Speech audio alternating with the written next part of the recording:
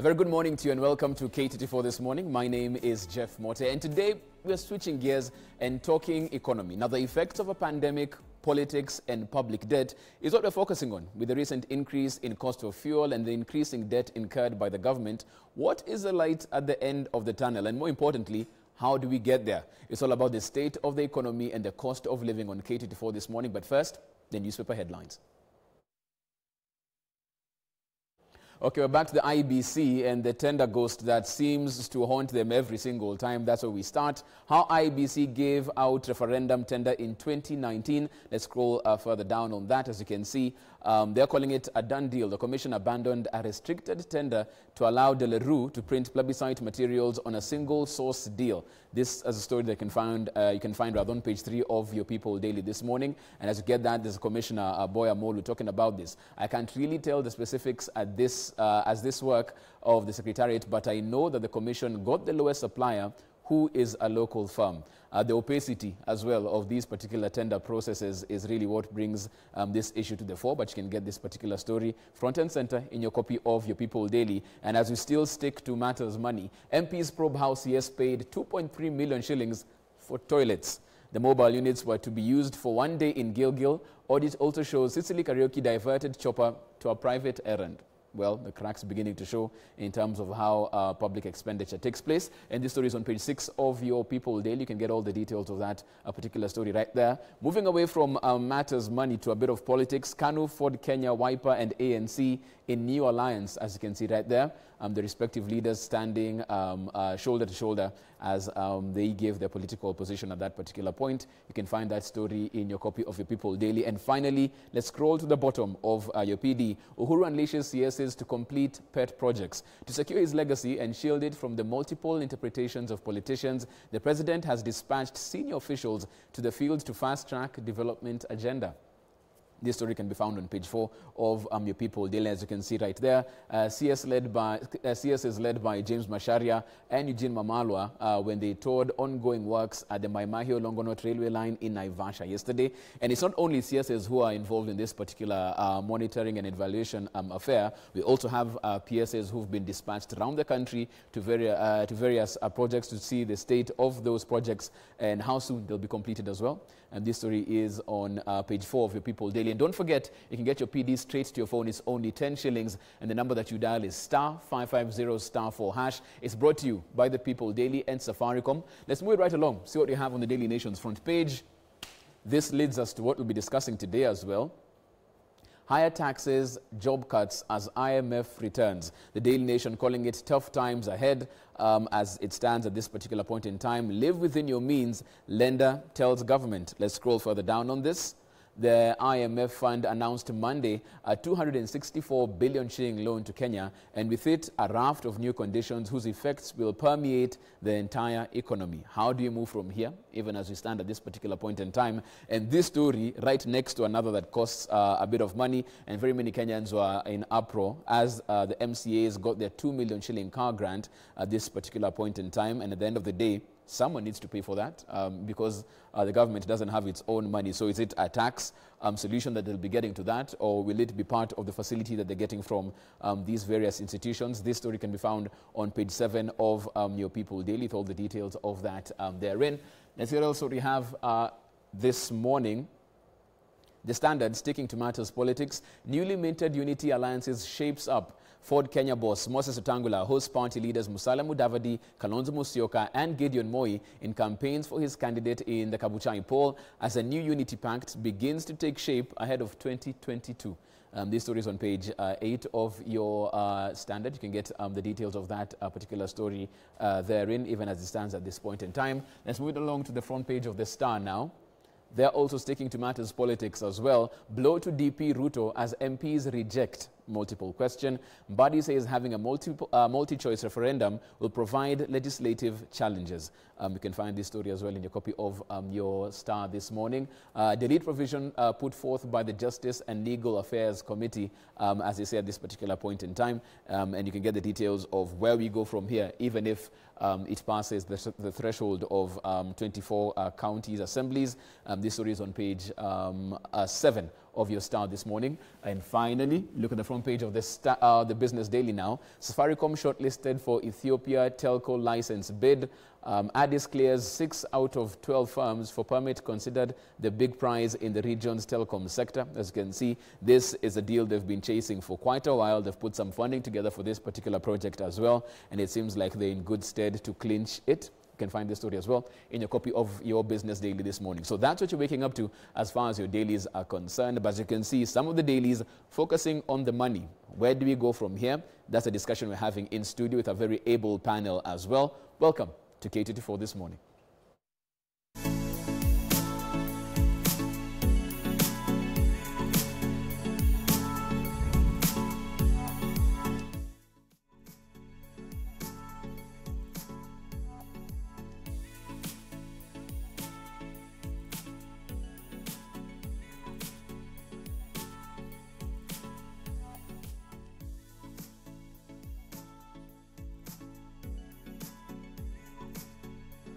Welcome back. As always, we love it when you're part of the conversation. You can get me at I am Jeff Mote on Twitter or at K24 TV. Let me get to my panel. All in studio, by the way, this time round as we talk matters economy. Not a new face to the show. Reginald Kadzutu, an economist. Karibu sana. And I'll start with the disclaimer I told you. Today, Reggie, we want some light at the end of the tunnel. I'll give you light. I know we can't fidget with the numbers, but we need some optimism as we move forward. I'll give you light, but I cannot promise you how long the tunnel is. Okay. To get to the light. Okay, fair enough. And we have a person who, I mean, as an entrepreneur, hope and optimism is something you need on the daily. The founder of 6 Ideas Branding, Kamunyo Kibe. Karibu sana. Thank you, Jeff. Welcome to the show. Asante sana. I'll just ask you to please make sure that his pessimism doesn't rub off on you by the time we leave here. I can't wait to hear what he has for us today. It's infectious. It's infectious. But you stand warned on that. Yeah. We're also joined by Joseph Karanja. He's the chair of the Kenya Independent Petroleum Dealers Association. Morning, Bwana Joseph. Morning to you. Karibu sana. Welcome to the show. Thank you. Asante sana. I want us to start off this particular show, even before we get into the subject matter of the day, with the headlines that we're seeing right now. When you're talking about the politics of the day as it stands, the tender and the opacity of tender processes within the Electoral Commission at this point. Reggie, let me start with you, even from a personal level. How do you feel the politics, the tone and tenor that we're seeing right now is affecting your work on a day-to-day at a personal level? I think I've mentioned it, Jeff, where we say until we cure the politics in Kenya, the economy is going to remain suffering. Everything you are hearing, the rhetoric you are hearing, the Deputy President campaigning for the last 2.5, 3 years, everyone now joining the campaign trail, is all the problem of what we call short-termism, where everyone knows that I only have 4 years to come, 4 years to get into power. So the policies are all short-term policies. One, to make sure that either you get re-elected if you're a member of parliament or an MCA, or eat as much as you can before your 4 years done. Mm-hmm. So until we can cure that short-term problem in our policy making, because now we have what we call policy inconsistency. Uhuru is leaving. The person who's going to come can just come and say, nothing I want to do with Big Four, I don't want anything to do with investor housing. So all those 8 years that he's been pumping money into all these projects becomes now lost money. Mm-hmm. But also, so that policy uncertainty that is coming out, unfortunately, no one is actually campaigning on policy. Where you can say, okay, so if this guy comes in power, fiscal policy will go this way, monetary policy will go this way. If this guy comes in, fiscal will go this way, monetary will go this way. Mm-hmm. So as a business, it becomes very difficult to plan, even any investment or anything, because you don't know what is going to happen to inflation, you don't know what's going to happen to interest rates, you don't know what's going to happen even just to general peace and security in the country. Mm-hmm. So I think we need to drive, and this is to the politicians, come with what you're going to do. And it is not just good enough to criticize what your previous regime has done. In the case of the Deputy President, it's very interesting because he's part of that regime. Mm-hmm. But if there's something good in it, speak it up and say we can make it better. Okay. But this business of just trashing whatever the previous president has done and starting something new will keep us in a vicious cycle of poverty, gives uncertainty, and the economy starts running on 3-year cycles, and we cannot grow that way. On the ground, there's always a sense that during Kibaki's administration, things were much better. You know, there was a circulation of cash in the economy, businesses were prospering. From a numbers point of view, did that make sense? Because it seems like by and large, it's the same politicians who are there, save for Kibaki and a few others. So what changed then into now? When 2013 came, not that I support Raila Odinga, but we were better off on a policy certainty if Raila had taken over. Since he had spent the last 4 years with Kibaki, and the projects were pretty much joint projects. Then we have a team that came in 2013 that did not pick up from where Kibaki left, started completely new, different projects. So if you look at the numbers right now, the amount of money we need to complete projects that have been commissioned, started, hanging, whatever, is getting close to 1 trillion. Meaning that even after Uhuru's 4 years, there are some projects that he dumped, picked up other projects, and as you said in your newspaper review, he's now sending CSs to go try and complete projects.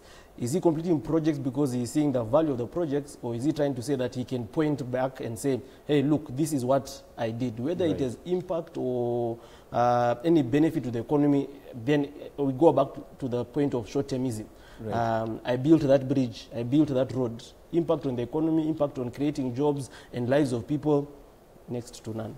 Kibe, let me come to you on this because, I mean, with the BBI campaigns heating up, and then after that we get into a general election year as well, from a business point of view, when you look at your books at the end of the day or at the end of the month, how are you feeling this going as of now? Are you still optimistic that we can still get out of this and move forward in the right direction? Thank you, Jeff. Like Reginald said, it's difficult to plan. For instance, our business is very project-based. So I can give you an example of a project we did last year. When we began the project, as we were quoting to the client, the costs, we were using steel at the time. The cost of steel was 1,500 for the bar that we were using. Within a span of 3 months, the cost of the same bar had risen to 2,200. And so it's very difficult to plan. And so at times you give a client a quote and you tell them, this quote is valid for 3 months. So even within those 3 months, you still make a loss. So it becomes very difficult to plan. However, we are hopeful. This year looks much, much better. It's begun on a better note. And we are hopeful. Things are going to look much better. Okay. Yeah. Let me get Joseph in on this conversation as well, Bana Joseph, because from where we stand, is the business of petroleum really affected by local politics, or is it more a global affair, global prices? Once the crude has come in, then you're fine, or is the politics also affecting how you dealers operate as well? Okay, thank you again for giving me the chance to be here. And my take is that just like we know it all that Kenyan, or in our environment here, almost everything is driven by the politics, such that politics takes the center stage, and of course it has to be financed. And so they look, or they base their source of finance from every other area. And so when it comes to where we are, like in the petroleum industry, you find that taxation is so high. It's more than even the cost of the product. We were trying to analyze it the other day, and you find like what EPRA had given when it was announcing the new prices. You find that the taxes amount up to about 56 shillings, while the cost of product landing here is only 43 shillings. When you look at the breakdown of the costs, then you find that in between there, if you get down to analyze what is causing all these and going to the root of it all, you find that so many things, irrelevant things, which have been included in that pricing formula. And whatever happens up to the laxity in the offices, how the staff are working or are taking it, the time they take to do some of these things. You see something like demurrage of the vessels at the port. The cost there, the cost of the demurrage is loaded onto the fuel prices. You see, wastage, some leakage, some loopholes. Somebody just dragged to do something, and it takes time for it, or to be solved. The cost incurred during somebody's, working in their respective places. Everything is cost. All those costs are loaded onto the prices. Right. When you compare with what, because when the petroleum industry was liberalized, then we were given a chance to everybody do his business, and this is just a replica of what is being done globally or nationally, such that what is happening to you individually is the same thing happening to the same industry nationally, such that you are able to compare.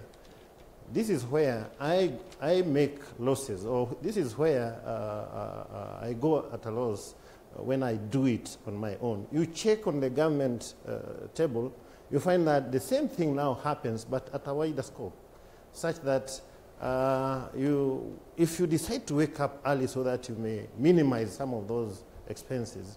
Now, checking on the other side, you find that the government officials are still asleep, such that the cost that you are preventing by waking up early, the other person is just ignorant and letting it happen, and all these costs will end up, loaded onto the consumer. Okay, Joseph, let me bring it to Kibe as well. From where you stand, just looking at your enterprise as you move it forward, if you had a chance to speak to CS Finance, CS Industrialization and Trade, what would be the pain point you tell them? Is it a tax issue? What really is the issue that SMEs are facing right now, especially post-COVID? Well, a lot of the factors of production in our industry are imported. So that means it's very dependent on the dollar. So when the dollar goes high, then our cost of business goes high. And so if I was to talk to one of them today, I think one of the major things I would tell them to prioritize is to stabilize the dollar, because that makes it even easier to plan. It makes it easier to project even your costs, because all those things affect how you do business. Right. Yes. Reg, when you think about it, we are seeing right now the dollar, I think, is still at 109, even as we move forward. At this point, how do we steady this particular shift? Because when you talk to the CS, he's still optimistic, says there's no need to worry, no red flags at this point. How do we bring this down? Okay, for those who are in business, 109 is actually still an overvaluation of the shilling. We expect it to be actually further off from 109. If you look at every aspect of how to value the Kenya shilling, you realize there's a bit of managing. Every economy manages their shilling, but ours has been managed by one trifling open free trade amongst treasuries for banks to just place whatever value they want and speculate. You hear the central bank governor saying, no, we're trying to stop speculators, but it is an investment. So if someone wants to speculate and decide, no, I'm sure I'm going to get this shilling at 114, they've not been given that leeway to do that. And if we do not have an iron fist at the central bank, and Njoroge's term is coming to an end 2022, 2023, I think. If someone who comes in is not as iron as he is, you might see the shilling going where it's supposed to go. Especially in a situation where we are now borrowing money from IMF and all. Those activities will also be generally reduced, because the purchasing power of the local currency has been depreciating domestically. There's no way it can be increasing on the international scene. So there are some things that are mismatched there. But how do we, because as my colleagues have said, there's the issue of taxation, there's issues of inflation, there are issues of many things that make the business environment not conducive. If we go back to what is the role of our MPs and the role of our MCAs, their role is legislation. What are they legislating? They're legislating to make sure that we have conducive business environment. It's not the job of an MCA to build a bridge, to build a road, to build a toilet, and all those other things. Their job is actually to come up with policies that guide the national executive to make fiscal and monetary policies that actually create a conducive environment for the economy. And Kenya is a labor-intensive economy. But we seem to thrive on trying to do capital-intensive projects. And that's why you see we're building railways, bridges. Of capital, we do not have. But if you get everyone to a place where they are getting an opportunity to work and get employed, because we are labor-intensive, it does not cost us to employ and deploy our labor to start creating the capital that we need. Once you start doing that, Kibe's business will start booming. Why? Because I am now employed, I am getting a decent salary, I can now demand Kibe's products, you know. But if I am not employed, I'm still working in the informal sector, getting below minimum wage, what we have is called a depression of aggregate demand in the economy. As long as you have a depression of aggregate demand in the economy, SMEs, MSMEs, and people in the business sector will struggle.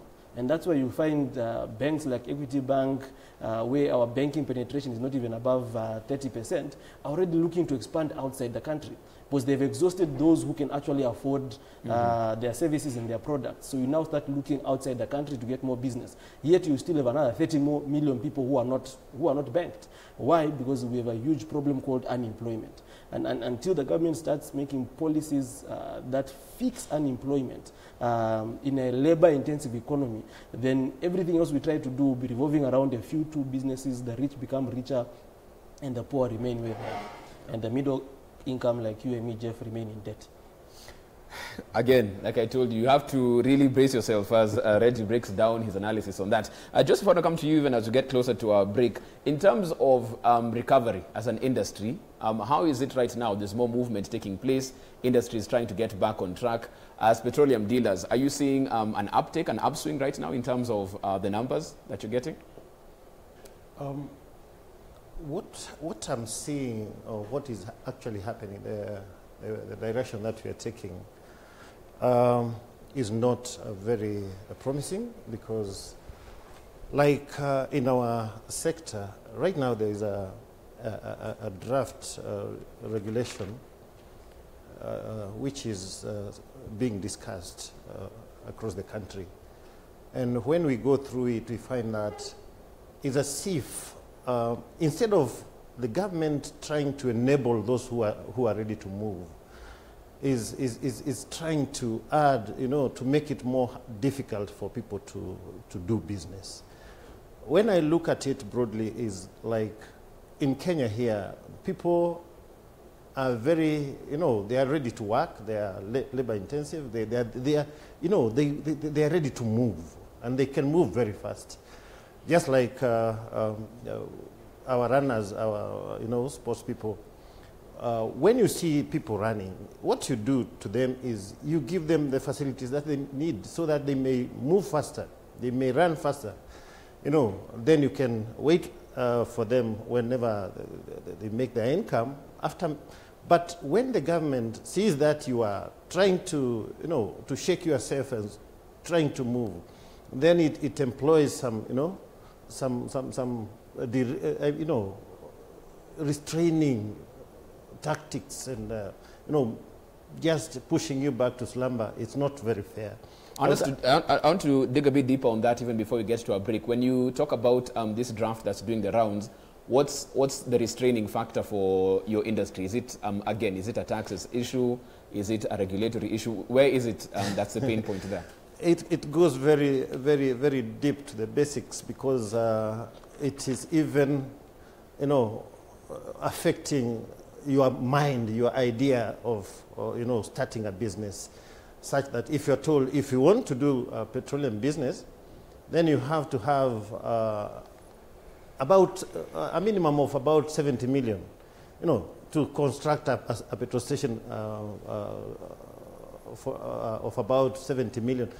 Now, who are you telling about 70 million? It is somebody who is just looking for a small capital here to start up a small business so that he can make the 70 million. But you're telling somebody to come with 70 million, you know, you're just telling people, don't try this. It's meant for a specific group of people, or, you know, it's wrong. It's very wrong. The whole draft is affecting the basics. When we were thinking, and we are still consulting with our members, because as independents, it is somebody who comes with his own, little strength.